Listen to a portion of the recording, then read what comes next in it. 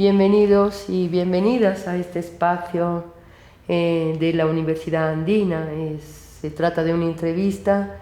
Vamos a hablar con Fernando Dantas acerca de los derechos de la naturaleza en el nuevo constitucionalismo latinoamericano.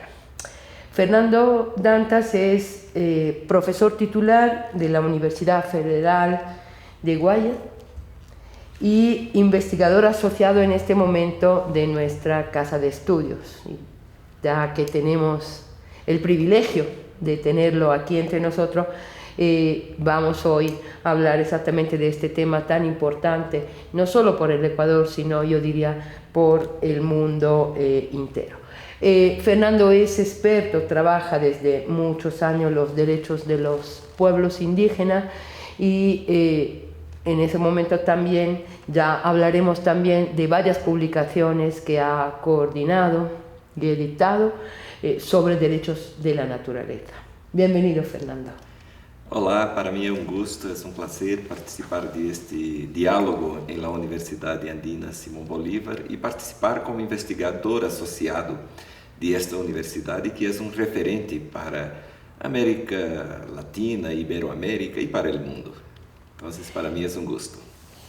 Gracias, Fernando. Y el gusto es mío también porque, como ya tendremos manera de decir, hemos colaborado en estos libros y hemos estado dialogando sobre los derechos de la naturaleza. Y en primer lugar, yo quisiera que pudiéramos hablar un poco de cuáles finalmente los derechos de la naturaleza están reconocidos formalmente en la Constitución de Ecuador, pero que hay una expansión y un reconocimiento generalizado de estos derechos. Cuéntanos un poco cómo efectivamente esta visión, la importancia también que van adquiriendo el reconocimiento de nuestros derechos y sobre todo en el contexto del constitucionalismo crítico y del cambio de paradigma que de alguna manera estamos, digamos, apoyando y intentando incentivar.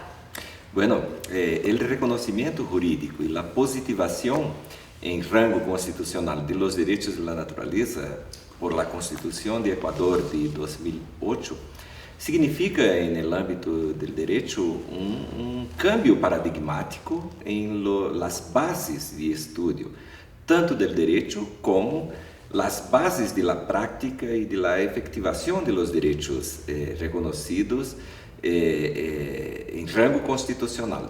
¿Por qué esto ocurre?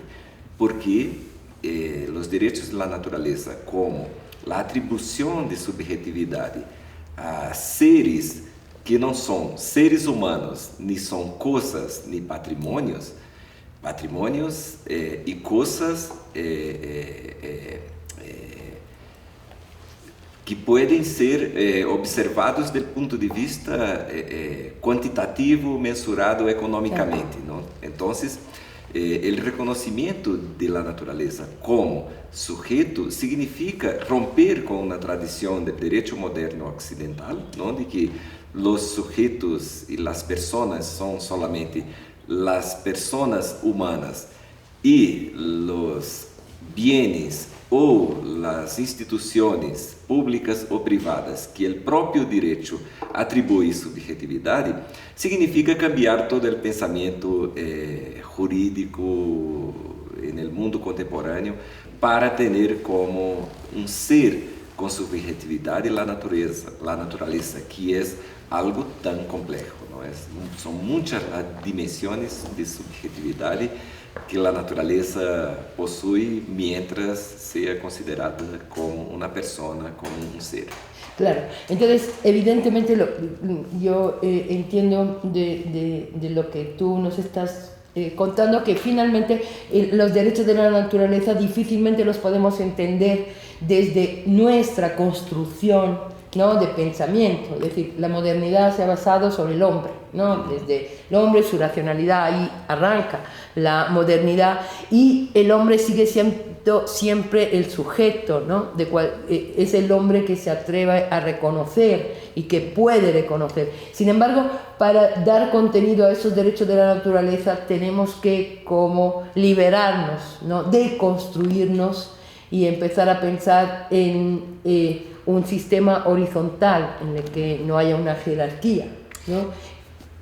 Claro, sí. Tenemos que construir espacios de apertura para dialogar con las diferencias étnicas, culturales, con las diferentes formas de actuar, por lo tanto, de conocer, de actuar y de construir mundos propios de pueblos, de comunidades que tienen formas de pensar diferenciadas de la forma de pensar moderna, occidental, basada en el individuo y en el individualismo metodológico y basada, sobre todo, en las relaciones con la naturaleza, con el dualismo, ¿no? la binariedad. Nosotros somos los humanos, por lo tanto, tenemos cultura y la naturaleza es el mundo físico natural que no tiene cultura y que no tiene capacidad de reaccionar a los... de la misma forma que los humanos, ¿no? Porque no tiene capacidad de pensamiento. Esto se aplica tanto a los seres que conocemos como inanimados, como seres animados, ¿no? Es decir, animales no humanos, y etc. Esto viene de muy lejos, ¿no? Entonces, la racionalidad moderna occidental, según un filósofo del derecho, de la teoría crítica de los derechos humanos de España, de la Escuela de Sevilla, Joaquín Herrera Flores, él dijo, analizando un ensayo de Hegel, ¿no? Un ensayo sobre la Torre de Babel y el gran diluvio, ¿no?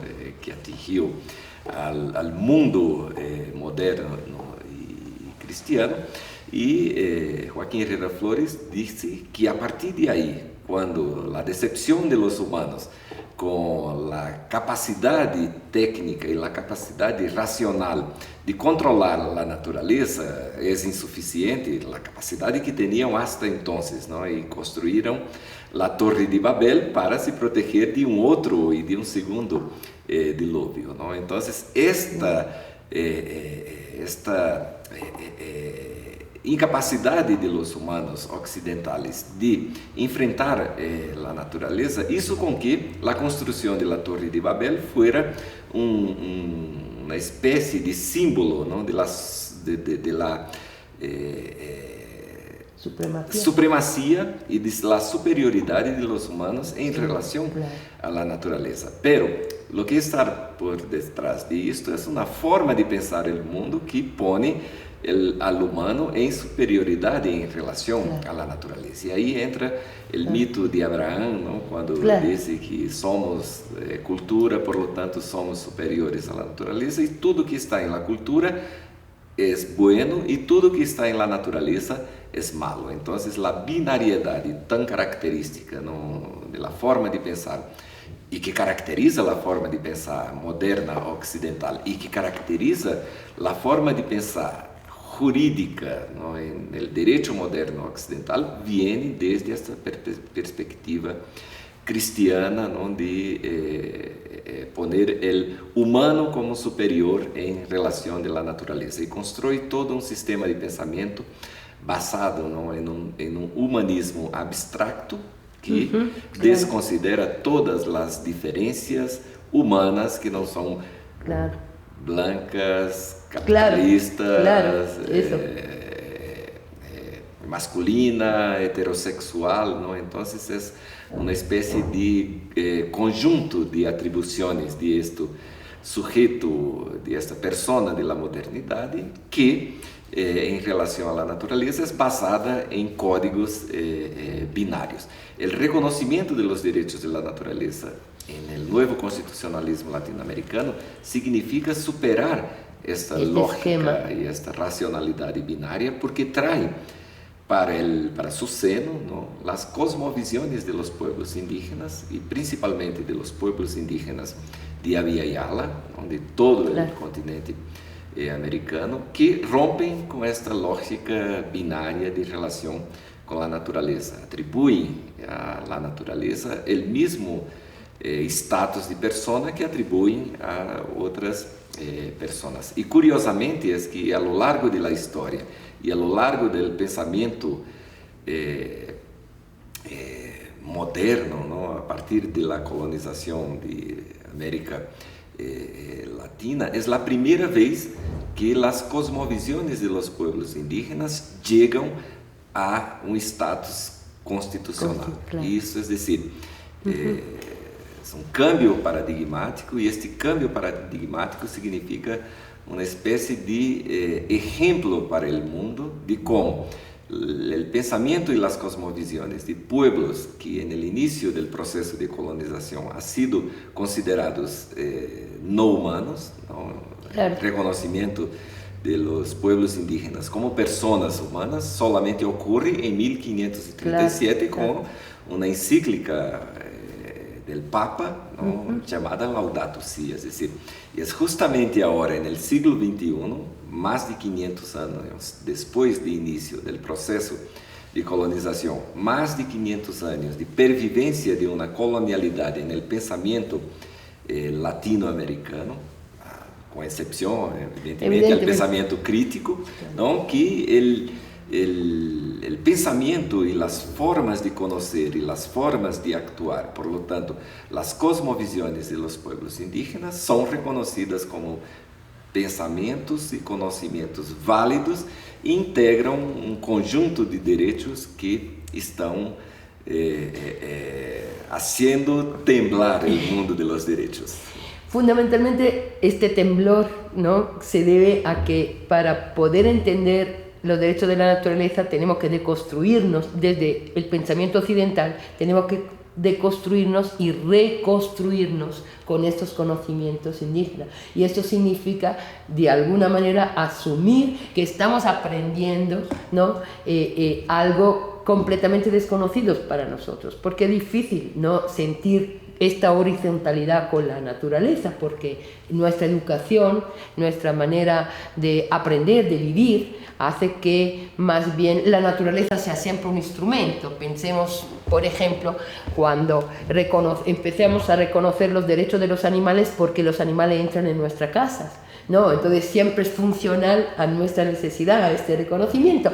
Sin embargo, esta vez hay que realmente entender que la naturaleza es tu mamá, que tu hermano está en un árbol y que finalmente hay esto. Y para poder conseguir eso tenemos que abrirnos y aprender de una filosofía indígena que en muchos casos es desconocida.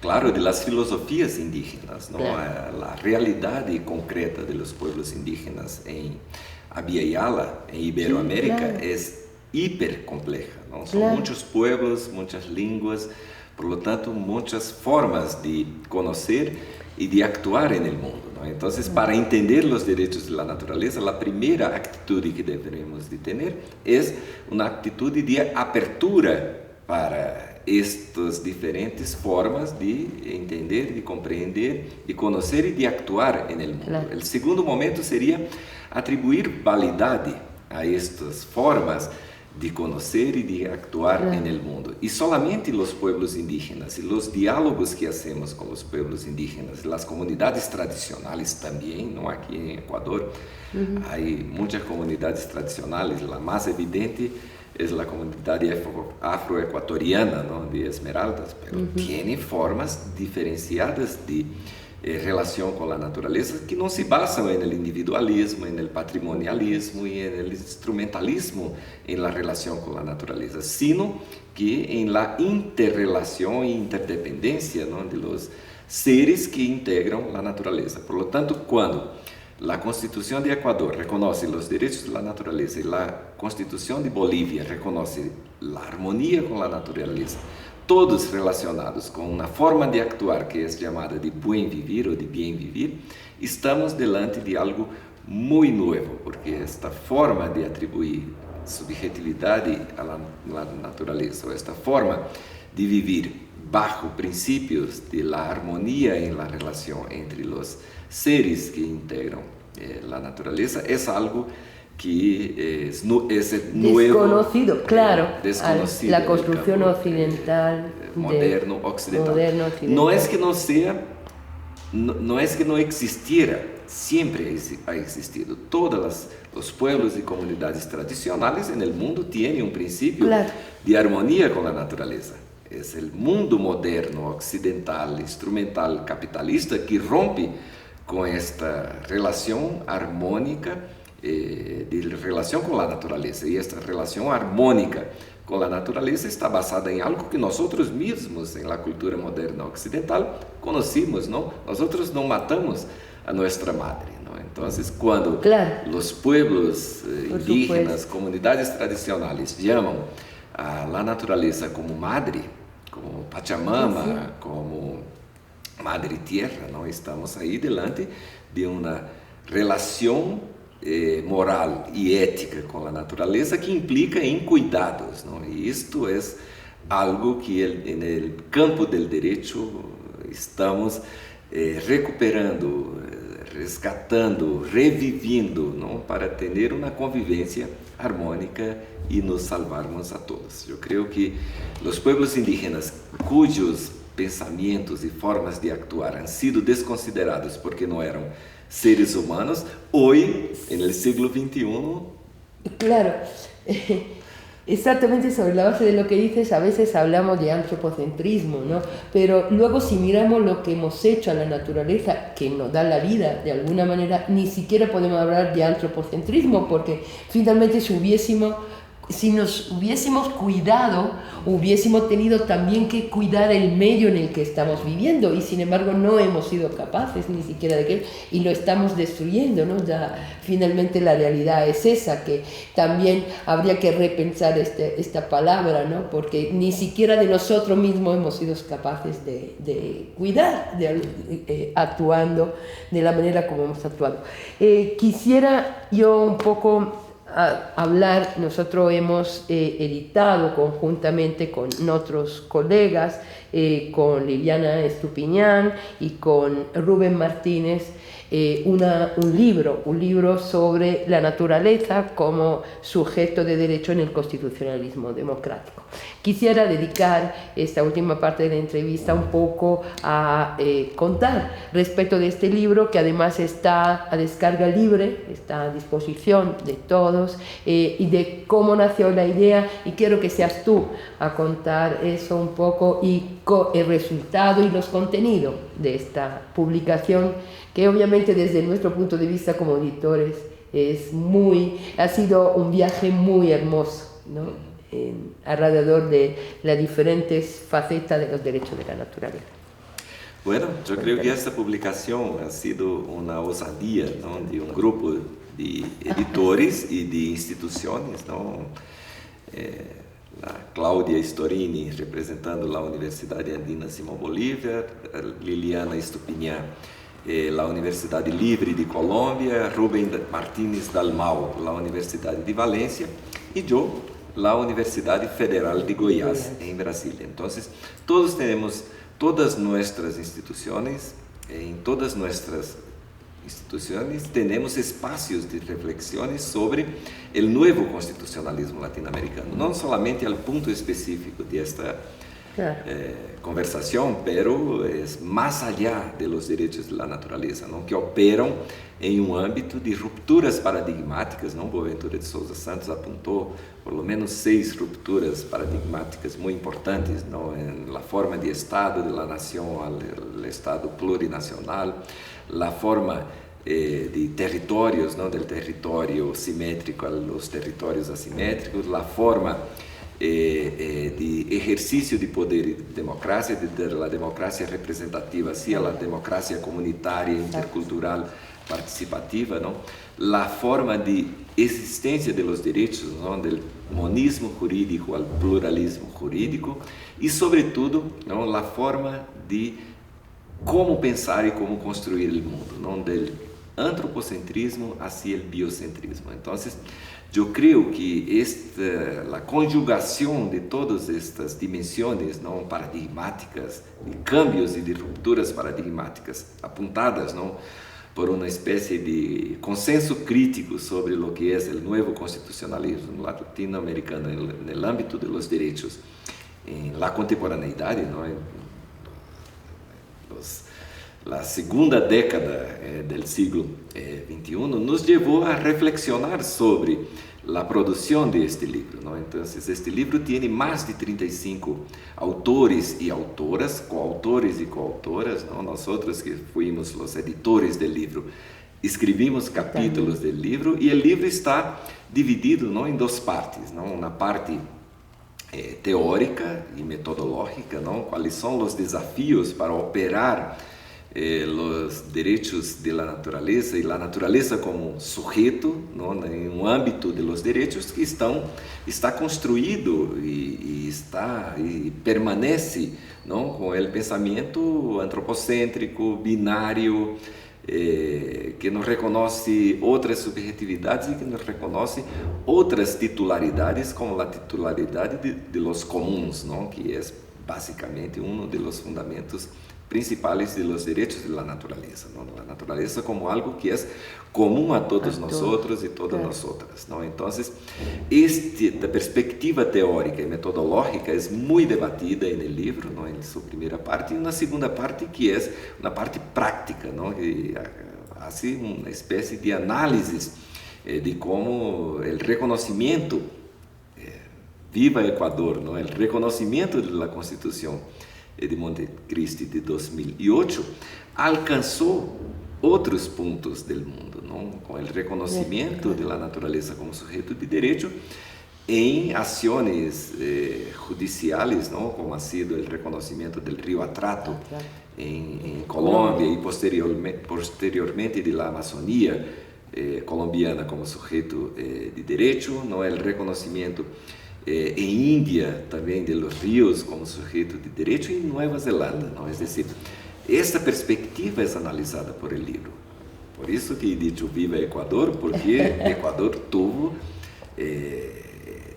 a capacidade, não, de um diálogo democrático e intercultural constituinte instituir direitos que são muito importantes e que são uma possibilidade de ter um mundo possível, não? Tanto do ponto de vista real como do ponto de vista espiritual e imaginário no futuro, ¿no? Isto vem do reconhecimento do pensamento dos povos indígenas, das comunidades, no âmbito dos direitos da natureza, do Sumac Causay, Sumacamania e Nhanderecó. Isto é dizer, Sumac Causay e Sumacamania em Equador, Sumac Causay em Equador, Sumac Causay, Sumacamania e Nhanderecó em Bolívia, ¿no?